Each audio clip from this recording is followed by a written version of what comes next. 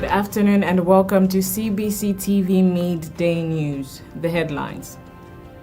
Cholera cases rise to 313 nationwide. Voter registration exercise opens nationwide. Minister inspects environmental efforts in Lusaka. FIFA launches FARS Club Management Workshop in Ndola.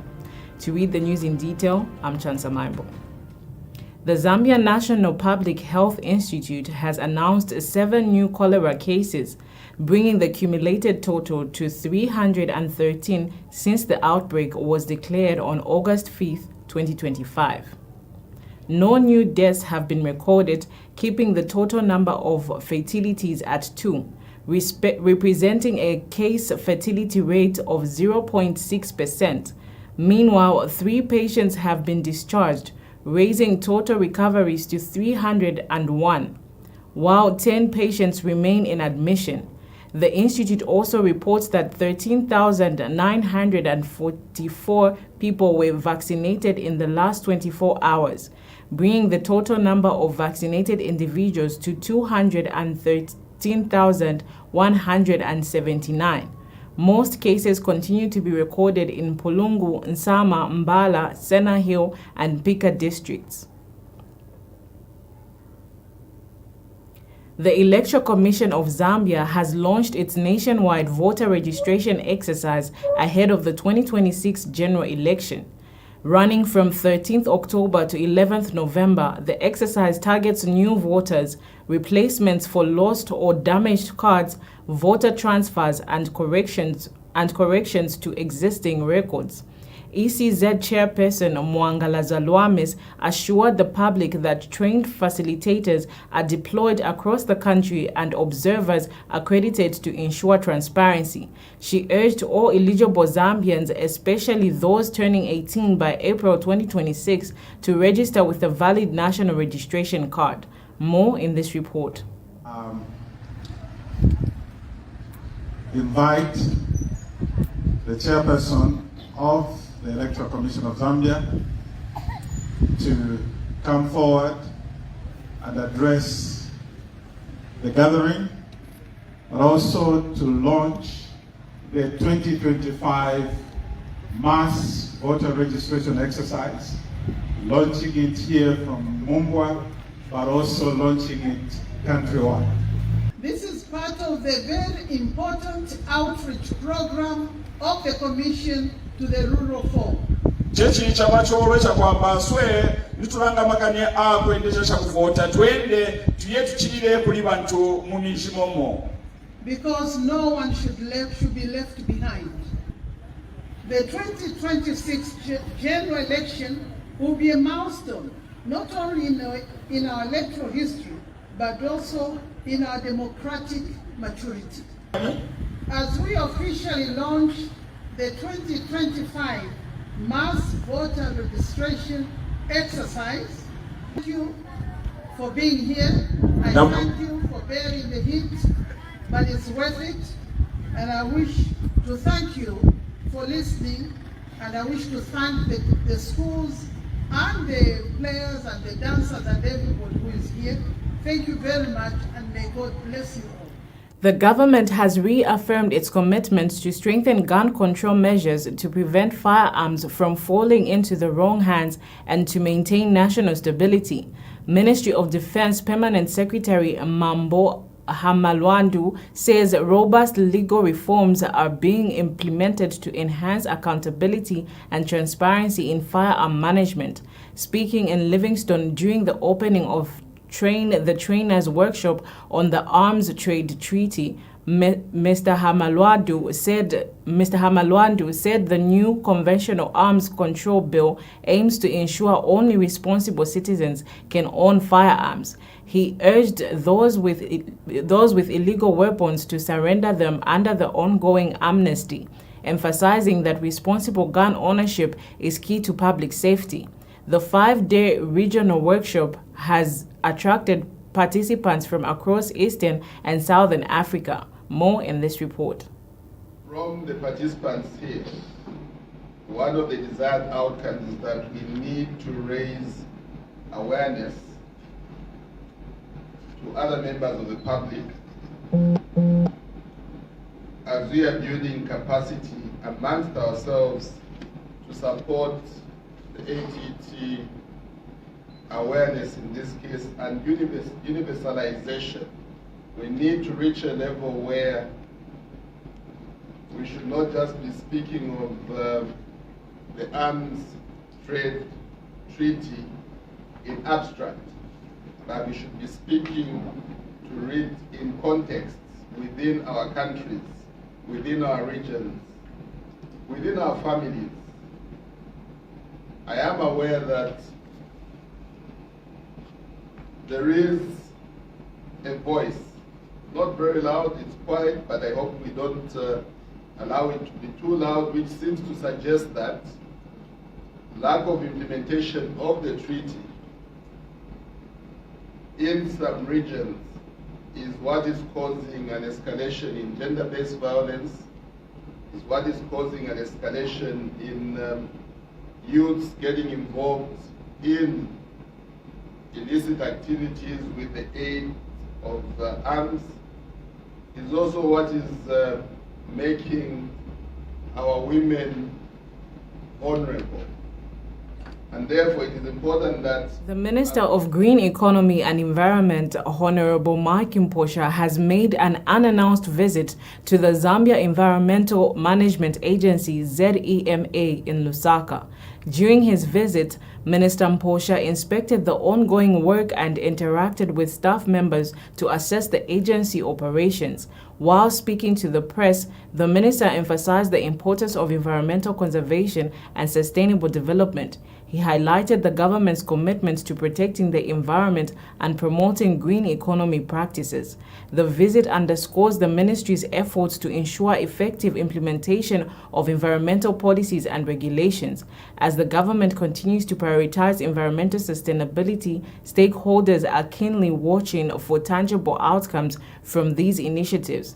This visit demonstrates the ministry's commitment to transparency and accountability in environmental management. More in this report. I can also say that there is definitely a need for financing that prioritizes people and the planet over pure profits. We need investments in climate resilience that benefit frontline communities. ABSA has trained over 800 women through our masterclasses. These masterclasses... Kanchibia constituency member of parliament Sande Chilufya Chanda expressed deep sorrow following a tragic accident involving a CDF police vehicle yesterday. The crash claimed 1 life and left 5 others seriously injured. Mr. Chanda extended condolences to the bereaved family and wished the injured a swift recovery, describing the loss as a devastating blow to the community. He said the incident is a setback for the young district, where police presence plays a key role in maintaining peace and security. Mr. Chanda called for unity and compassion during this period of grief, urging residents to continue working together for a safer and stronger Kanchibia. More in this report. It is with profound sorrow that we share the heartbreaking news of a tragic road accident this morning involving our CDF police vehicle, which sadly resulted in the loss of 1 precious life and left 5 others severely injured. The death of our colleague is a devastating blow to our community. We extend our deepest condolences to the bereaved families and loved ones during this difficult time. May the soul of the departed find eternal rest and peace. To those who sustained injuries, we send our prayers and our best wishes for a swift and full recovery. We stand with you and your families, offering our support and encouragement as you heal. This tragedy is a setback for our young district, where police presence is vital to maintaining peace and security. The CDF vehicle has been instrumental in ensuring law and order, and this accident will be deeply felt across the community. In this moment of grief, let us unite in compassion and resolve to comfort one another, to honor the memory of the fallen, and to continue working together for a safer and stronger district. Thank you. Absa Bank Zambia says it has trained over 800 women to strengthen financial and climate resilience amid growing climate change challenges. Chief Risk Officer Sarah Lloyd said the training covered sustainability and financial stability, with over 200 women also benefiting from innovation labs aimed at boosting entrepreneurship. She noted that droughts and erratic weather patterns continue to affect vulnerable communities and called for inclusive leadership that prioritizes both people and the planet. The remarks were made during the 2025 Climate and Environment Justice Rally held at Woodland Stadium in Lusaka, organized by the Center of Environment Justice with support from local and international partners. More in this report. Coming from a bank, I can also say that there is definitely a need for financing that prioritizes people and the planet over pure profits. We need investments in climate resilience that benefit frontline communities. ABSA has trained over 800 women through our masterclasses. These masterclasses included topics such as sustainability and how to stay financially resilient against various shocks. Additionally, we as ABSA have trained over 200 women and youth in our innovation hubs, and we continue to build key skills for entrepreneurs, innovators, and SMEs. Intense drought, floods, heatwave, diseases outbreak that has eroded development giants and also exacerbated and also issues of inequality and also poverty.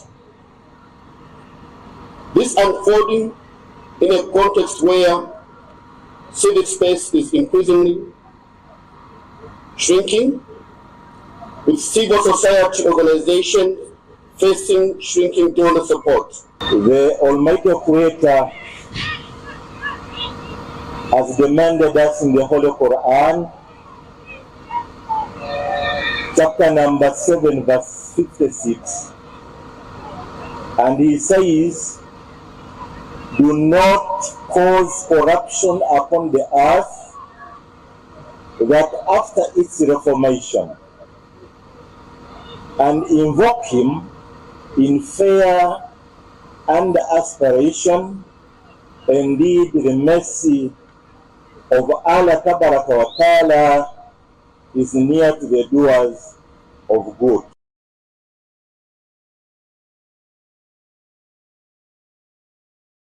We take a break. On the other side, join me with sports and international news.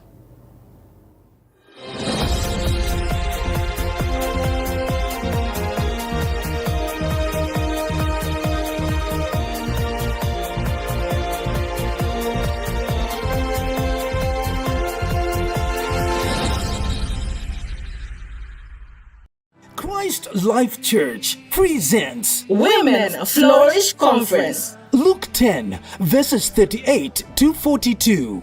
Theme: At the feet of the Master. The woman after God's heart. Dates: 31st October to the 2nd of November 2025. An amazing time to share the word from Friday 13 to 17 hours, Saturday 8 hours to 17 hours, Sunday 8 hours to 12 hours. Simply call the hotline on +260 97 80 11790. Host Dr. Ngoma Chela. Guest Pastor Martha Chishimba. Guest Pastor Catherine Sheila Mulea. Guest Pastor Favor Moses. Pastor Libby Mwale. Speaker Mildred Mutesa. Come through to plot number 4, Zambezi Drive, Ibex Meanwood. Women Flourish Conference.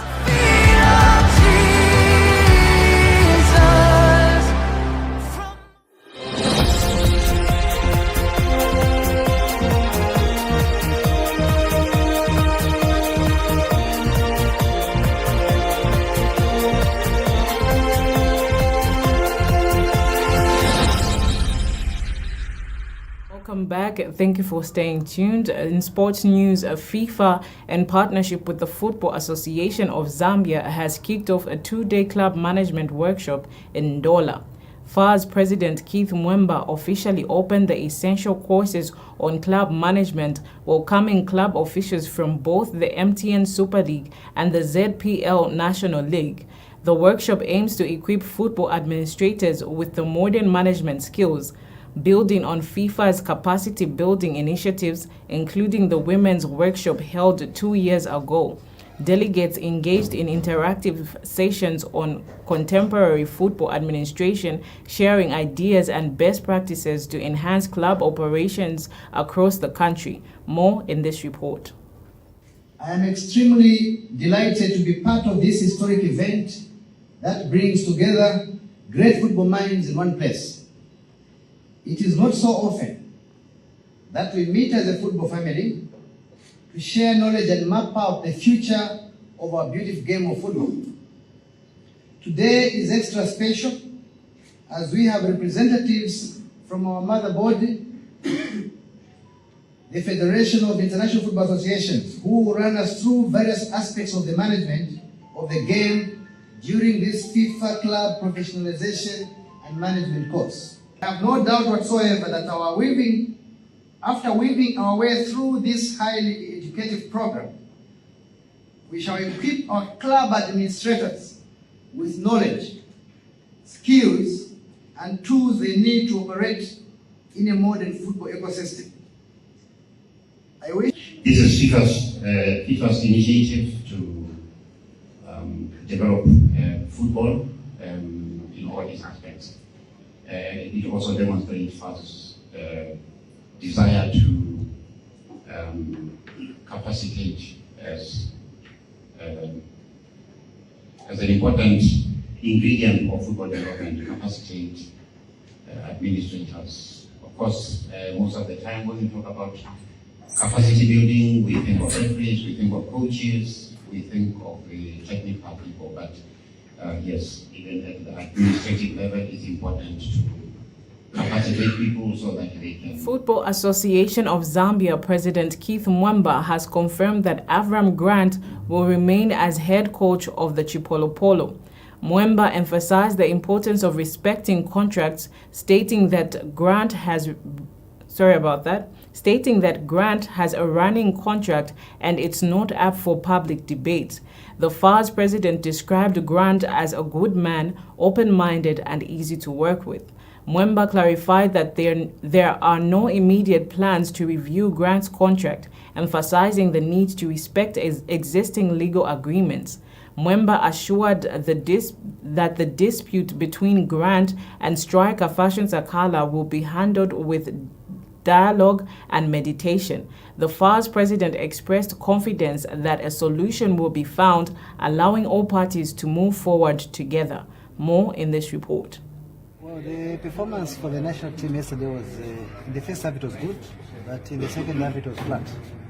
The team should have been not less than 3 goals up in the first half if we had completed the chances that we created. But for some reason, second half, I think maybe we gave football a cruel game. When you miss your chances, it comes back to bite you. And we saw the second half didn't create much. And the opponents capitalized on the one opportunity they had and scored. So